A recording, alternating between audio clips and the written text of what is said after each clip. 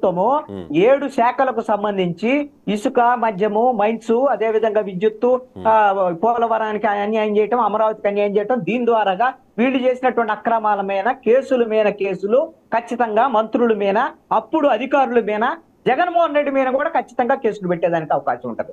నాకు తెలిసి డజన్ల సంఖ్యలో మళ్ళీ కేసులు. డెవలప్మెంట్ కేసులో subject correction A32 right, Chandrababu Naidu right, కరెక్టేనా? ఓకే, ఆయన్ని అరెస్ట్ చేశారు కాబట్టి ఖచ్చితంగా ఇప్పుడు అధికారులు మన చేతిలో ఉంటారు, ఏ రకంగా అయినా కేసు పెట్టొచ్చు. ఆయన అరెస్ట్ చేయాలంటే ఖచ్చితంగా అరెస్ట్ చేయొచ్చు. మరి చంద్రబాబు నాయుడు ఏ రకంగా కేసులు పెట్టడం వేరు, వ్యవహారం వేరండి. ఇక్కడ ఏంటంటే మద్యం గానీ, ఇప్పుడు మద్యం మొత్తం జగన్మోహన్ రెడ్డికే కనెక్టివిటీ ఉందనేది, మైన్స్ కు సంబంధించి పెద్దిరెడ్డి రామచంద్రారెడ్డి, జగన్మోహన్ రెడ్డికి మొత్తం కనెక్షన్ ఉంది కదా. అదేవిధంగా ఇసుక మొత్తము జేపీ వెంచర్స్ బినామీ పెట్టుకొని జగన్మోహన్ రెడ్డి చేశారని, అసలు మంత్రులకు అవకాశం లేకుండా చేశాడని కదా. మొత్తం ఆయనకే డైరెక్ట్ గా ఈ కుంభకోణాలన్నీ ఉన్నటువంటి నేపథ్యంలో జగన్మోహన్ రెడ్డిని టార్గెట్ చేస్తారు. ఏమనగా జగన్మోహన్ రెడ్డి ఉంటారు ఖచ్చితంగా. కాబట్టి వీళ్ళు అనుకున్న ఇంతకు ముందు 16 నెలలు జైల్లో ఉన్నాడు, వచ్చాడు, మరి మేము గెలిచాము లేదా 2019 ఎన్నిక అనుకున్నారు. ఇప్పుడు 16 నెలలకు అయిపోదు, 32 నెలలు పట్టేదానికి అవకాశాలు ఉండొచ్చు. కేసులు మీద కేసులు పెట్టారు. ఇది వేధింపులా లేకపోతే ఇంకొకటని సింపతి వస్తుందా అనేది సెకండరీ. అసలు జగన్మోహన్ రెడ్డి జైలుకి వెళ్ళిన తర్వాత పార్టీని నడిపించేది ఎవరు? ఇప్పుడున్నటువంటి పరిస్థితుల్లో బొత్స సత్యనారాయణ ఇలాంటి వాళ్ళందరూ కూడా, కీలకమైనటువంటి నేతలందరూ కూడా వైఎస్ఆర్ కాంగ్రెస్ పార్టీ వదిలేస్తారనేటువంటి చర్చ జరుగుతున్న నేపథ్యంలో వైసీపీలో ఉండేది ఎవరు? అవునవును, గతంలో మీరు అన్నట్టుగా 16 నెలలు జైల్లో ఉన్నప్పుడు తల్లి చెల్లియే దిక్కయ్యారు కదా. అప్పుడు ఓదార్పు యాత్ర చేశారు షర్మిల, అన్న వదిలిన బాణం, జగనన్న వదిలిన బాణం అంటూ. చేస్తారేమోనండి. ఇప్పుడు ఆ పరిస్థితి లేదు కదా. ఇప్పుడు షర్మిల అయితే మాత్రం వచ్చేదానికి అవకాశం ఉండకపోవచ్చు. ఒకవేళ ఈయన జైలుకి వెళ్తే విజయం ఎలాగో పోరాటం చేస్తారు. భారతి కూడా బహుశా మరి ఫుల్ ప్లెడ్జ్డ్ పాలిటిక్స్ లోకి వస్తారేమోనని నేను అనుకుంటున్నాను.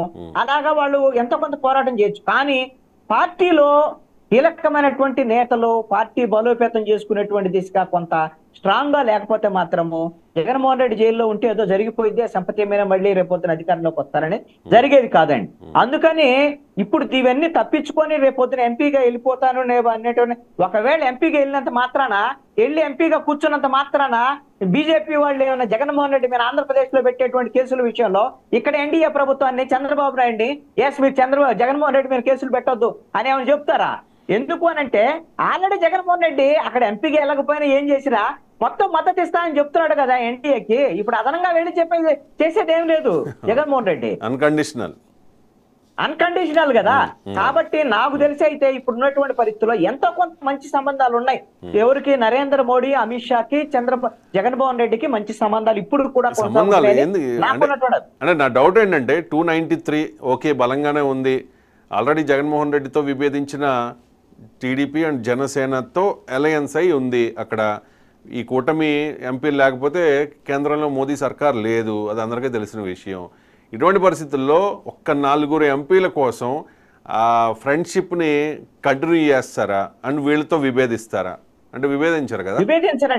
విభేదించరు. అదే బీజేపీ యొక్క రాజకీయం. అదే తెలుగుదేశం జనసేనతో విభేదించరు, వాళ్ళతో కొనసాగిస్తూనే జగన్మోహన్ రెడ్డితో కూడా కొనసాగిస్తారు. అతను కూడా పనికి వస్తాడు ఏనుకోదానికని. ఎందుకోసం అంటే అసలు వీళ్ళకి ఫుల్ మెజారిటీ ఉంది కదా ఎన్డీఏకి. ఇక్కడ తెలుగుదేశం జనసేన, అక్కడ జేడీయూ, నితీష్ కుమార్ మద్దతు ఉన్నటువంటి నేపథ్యంలో స్పీకర్ కి అసలు జగన్మోహన్ రెడ్డి మద్దతు 4 ఉన్నటువంటి జగన్మోహన్ రెడ్డి మద్దతు ఎందుకండి? వాళ్ళు అడిగితేనే మద్దతు ఇచ్చారని వైఎస్ఆర్ కాంగ్రెస్ పార్టీ చెప్తుంది. ఎందుకు అడిగింది అంటే మేము జగన్మోహన్ రెడ్డితో కూడా మా రిలేషన్స్ కొనసాగుతున్నాయని ఒక సంకేతము బీజేపీ పంపించిందని మీరు అర్థం చేసుకోవాలి. ఎందుకు? వాళ్ళు లాంగ్ టర్మ్ పాలిటిక్స్, దక్షిణ భారతదేశంలో వాళ్ళు భవిష్యత్ అంతా దక్షిణ భారతదేశం లేకపోతే చాలా నష్టం జరిగింది అనేటువంటిది ఇప్పుడు అర్థమైంది వాళ్ళకి. ఆల్రెడీ ఉత్తర భారతదేశంలో తీవ్రమైనటువంటి నష్టం జరిగింది. గుజరాత్ దగ్గర నుంచి ఉత్తరప్రదేశ్ దగ్గర నుంచి మొత్తం అంతా పోయిన తర్వాత కదా 400 సీట్లు వస్తాయి, మాకు సొంతంగా 370 వస్తాయి అనుకున్న దగ్గర 240 దగ్గర ఆగిపోయారు. భవిష్యత్ అంతా దక్షిణ భారతదేశం వైపే ఉంది. మరి బీజేపీకి సొంతంగా ఇక్కడ గెలిచేటువంటి అవకాశాలు తక్కువ ఉన్నాయి కాబట్టి అందరూ కావాలి వాళ్ళకి. అందుకని జగన్మోహన్ రెడ్డి లాంటి నాయకుడిని కూడా ఇప్పుడిప్పుడుగా ఆయన 11 సీట్లకు వచ్చినప్పటికీ కూడా అతన్ని వదులుకునేటువంటి పరిస్థితులు కానీ, అతనితో ఉన్నటువంటి అనైతికమైన సంబంధాలను వాటిని ఇప్పుడిప్పుడుగా తెంచుకునేటువంటి పరిస్థితిలో కానీ మోడీ, అమిత్ షా ఉండబోరు అనేటువంటిది ఇప్పుడు వస్తున్నటువంటి సంకేతాలు. ఇలాంటి పరిస్థితుల్లో అయినప్పటికీ కూడా ఎంత మోడీ, అమిత్ షా అనుకూలంగా ఉన్న ఆంధ్రప్రదేశ్ ప్రభుత్వం కింద చంద్రబాబు నాయుడు, పవన్ కళ్యాణ్ కింద జగన్మోహన్ రెడ్డిని వదిలేది లేదు, జైలుకు పంపాల్సిందే, కేసులు పెట్టాల్సిందే అని నిర్ణయం తీసుకుంటే ఇక్కడ నామమాత్రంగా ఉన్నటువంటి బీజేపీ కేంద్రంలో కూడా తెలుగుదేశం జనసేన మద్దతు ఉండాల్సినటువంటి పరిస్థితుల్లో వీళ్ళకి ఎదురు చెప్పేటువంటి అవకాశం లేదు. జగన్మోహన్ రెడ్డి ఖచ్చితంగా ఇక్కడ ఆంధ్రప్రదేశ్ లో ప్రతికూలమైనటువంటి పరిస్థితులు ఎదుర్కోవాల్సిందే. రైట్. నిజంగా జగన్మోహన్ రెడ్డి ఇప్పుడు పవన్ కళ్యాణ్ ని ఆదర్శంగా తీసుకోవాలేమో కృష్ణాంజనేయులు గారు, ఎందుకంటే పోటీ చేసిన 2 చోట్ల